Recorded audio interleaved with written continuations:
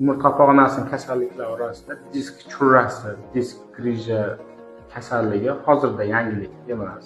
Bu kasallik bilan ko'pchilik joyga murojaat qilishadi, lekin natija olishmaydi va shundan so'ng bemorlarda shunday xulosa bo'ladiki, grija yaxshi bo'lmaydi, grija so'rilmaydi. Endi bir shunday vaqti bilan og'riq qoldiruvchi dorilar olib, vaqtincha yengillatish mumkin degan xulosa qilishadi bemorlar. Lekin unday emas.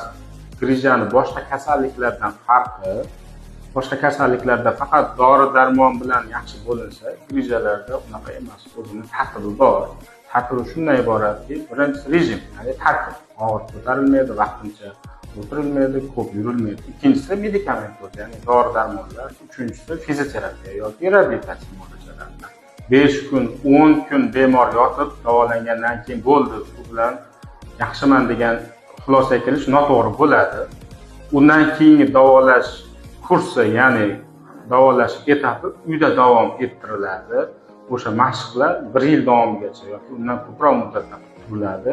Ana o'shanda natija beradi.